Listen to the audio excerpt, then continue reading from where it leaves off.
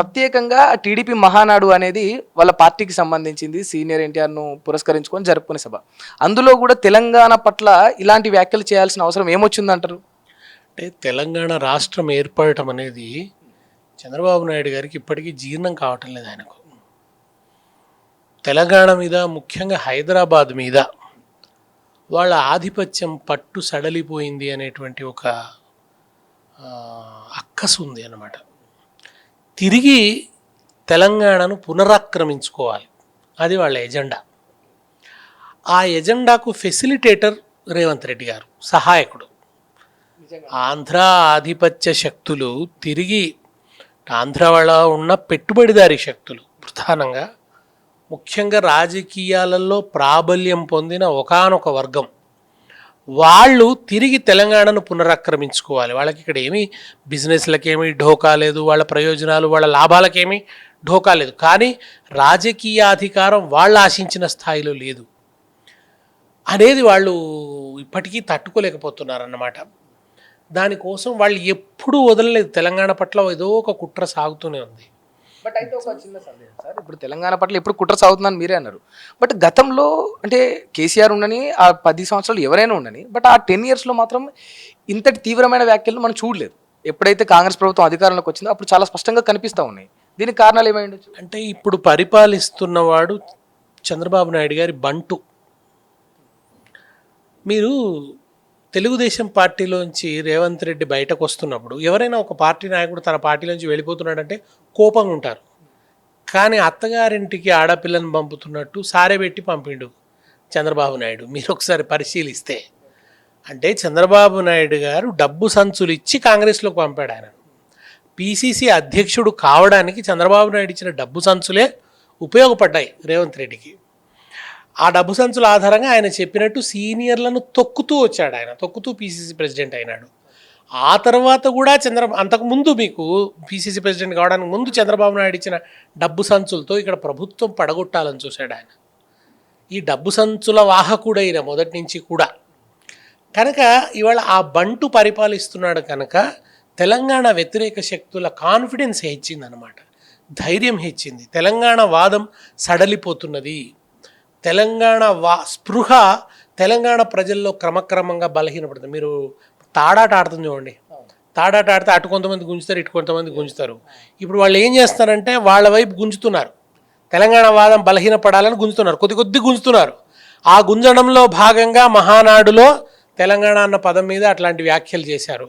తర్వాత ఇవాళ అమీర్పేటలో మైత్రివనంలో ఎన్టీ రామారావు గారి విగ్రహం పెట్టడం అంటే అదేదో ఒక దివంగత నాయకుని విగ్రహం గౌరవార్థం పెట్టడం కాదు, తెలంగాణ మీద తిరిగి తమ సామాజిక, ఆర్థిక, రాజకీయ, సాంస్కృతిక ఆక్రమణకు ప్రతీక. అది ఆక్రమణ విజయం సాధించబోతుంది అన్నదానికి ఒక ప్రతీక. అంటే మళ్ళీ మాకు అంటే ఇది ఒక పునాది అనుకోవచ్చా? ఒక అవకాశం ఏర్పడుతున్నది, ఒక అనుకూల వాతావరణం ఏర్పడుతుంది. తెలంగాణ ప్రజల్లో ఆ స్పృహ బలహీనపడుతోంది. ఇప్పుడు మన రంగ ప్రవేశానికి వాతావరణం సిద్ధమవుతుంది. మన కోవర్టు ద్వారాలు తెరుస్తున్నాడు.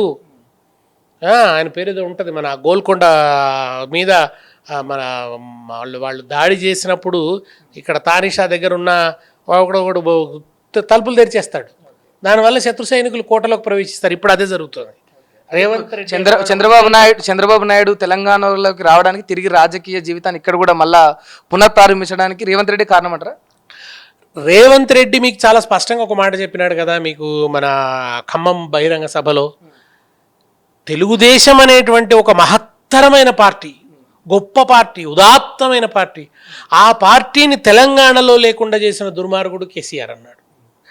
కనుక తెలుగుదేశం గద్దెలు లేకుండా చేసినటువంటి బీఆర్ఎస్ గద్దెల్ని కూల్చండి అని పిలుపునిచ్చాడు.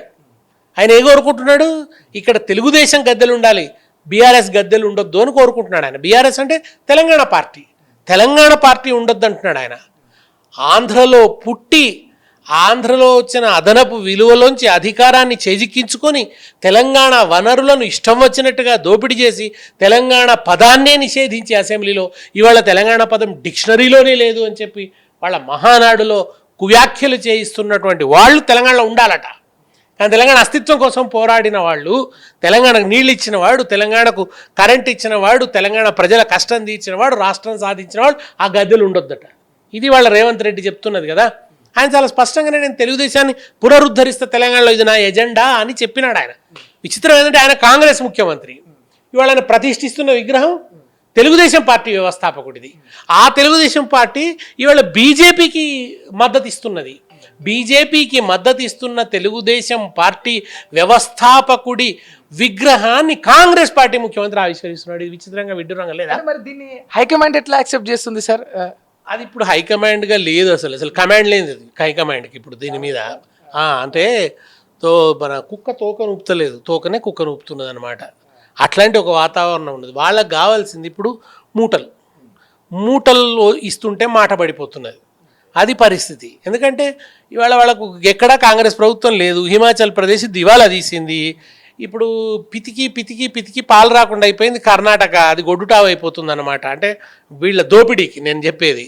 అక్కడ బోలెడంత సంపద ఉన్నప్పటికీ వీళ్ళు రక్తం కూడా పిండేస్తున్నారు అక్కడి నుంచి, దాన్ని అట్లా మార్చేస్తున్నారు. ఇవాళ మన ఇక్కడ తెలంగాణనే ఇప్పుడు వాళ్ళకి ఆసరాగా ఉంది. దాని నుంచి ఇక మన దోపిడీ చేసుకోవడానికి ఈ ఫెసిలిటేటర్ ఎవరు, ఈ డబ్బులు పంపించి ఆ డబ్బులు పంపిస్తున్నాడు, తను ఇష్టం వచ్చినట్టు ఆట ఆడుతున్నాడు ఇవాళ ఆయన. అందులో భాగంగా ఈ పనులన్నీ ఆయన చేస్తున్నాడు. అసలు ఆయన రావటమే తెలుగుదేశం ఏజెంట్గా వచ్చాడు, తెలుగుదేశం ఏజెంట్గానే ఎన్నికయ్యాడు. మీరు ఇంకోటి కూడా, రేవంత్ రెడ్డి గెలవంగానే సంబురాలు చేసుకునేది ఎవరు? తెలుగుదేశం వాళ్ళు. పొంగులేటి శ్రీనివాసరెడ్డి తెలుగుదేశం పార్టీ ఆఫీస్కి పోయి కృతజ్ఞతలు చెప్పొచ్చాడు ఖమ్మంలో. మనందరం కలిసి ఓడించాం కేసీఆర్ అన్నాడు. చాప కింద నీరులాగా తెలుగుదేశం పనిచేసింది ఇక్కడ. అంటే ఇప్పుడు చాప కింద నీరులాగా పనిచేసింది అంటున్నారు కదా, మరి పుంజుకునే అవకాశం పరిస్థితులు భవిష్యత్తులో టీడీపీకి ఉంటాయా తెలంగాణలో? తెలంగాణ ప్రజలు తెలంగాణ అస్తిత్వ స్పృహను కలిగి ఉన్నంత కాలం తెలంగాణలో టీడీపీ పునరుత్థానం జరగదు. ఆ స్పృహను ఎట్లా చంపేయాలన్నది ఇప్పుడు వీళ్ళ ఎజెండా. మీకు అందుకే ఒక రోషే విగ్రహం పెట్టారు, ఓ బాలసుబ్రహ్మణ్య విగ్రహం. ఎందుకు పెట్టినారు? మళ్ళీ పాత రాష్ట్రపు భావనలు కలగాలి, ఉమ్మడి రాష్ట్ర భావనలే కలగాలి, ఉమ్మడి రాష్ట్ర మానసికతలోకి తీసుకెళ్ళాలి అనే ఉద్దేశంతో జరిగినటువంటి కుట్ర అది. మీకు ఇంకోటి చూడండి, జై తెలంగాణ అనే పదం నిషేధం అయిపోయిందా? ఇవాళ మీరు కాంగ్రెస్ పార్టీలో ఎవరన్నా జై తెలంగాణ అంటారా? ఎవరు జై తెలంగాణ అన్నారు? ప్రభుత్వ కార్యక్రమం ఏదన్నా ప్రారంభిస్తే అమరవీరుల స్తూపం దగ్గర ప్రారంభించేవాళ్ళు. దానికి తిలోదకాలు ఇచ్చారా? ఇప్పుడు ఆ సాంప్రదాయం లేదు. ఎవరన్నా మనకు అతిథులు వస్తే వాళ్ళకి జ్ఞాపికలుగా ఫిలిగ్రీ చార్మినారో లేకుంటే కాకతీయ తోరణమో ఇచ్చేవాళ్ళం. ఇప్పుడు అది బంద్ చేసి నంది ఇస్తున్నారు. అది లేపాక్షి నందో మరి నందో ఓ నందిని ఇస్తున్నారు. అంటే ఇవన్నీ చూడండి, సింబల్స్ మార్చేస్తున్నాడు. తెలంగాణ ఉద్యమ గర్భంలోంచి వచ్చిన తెలంగాణ తల్లిని ఆయన తీసేశాడు. అంటే దాని పట్ల ఉండేటువంటి తెలంగాణ ప్రజలకు ఉండే ఆ ప్రేమాభిమానాలు దెబ్బతీయదలుచుకున్నాడు ఆయన. అప్రూపమైన అంటే ఇదంతా నాన్ సీరియస్ డైల్యూట్ చేయదలుచుకున్నాడు ఆయన. దాంట్లో భాగంగా ఇది జరుగుతున్నది. ఏదన్నా ఆయన తెలంగాణ అస్తిత్వ కోణంలో ఒక కార్యక్రమం చేసి ఉంటే అది కేసీఆర్ మీద ఉండేటువంటి ఒక రాజకీయ వ్యగ్రతతో చేసింది తప్ప తెలంగాణ మీద అభిమానంతో కాదు. అతని ఎజెండా మాత్రం తెలంగాణ స్పృహ అంతరింప చేయటమే రేవంత్ రెడ్డికి ఉన్న ఎజెండా.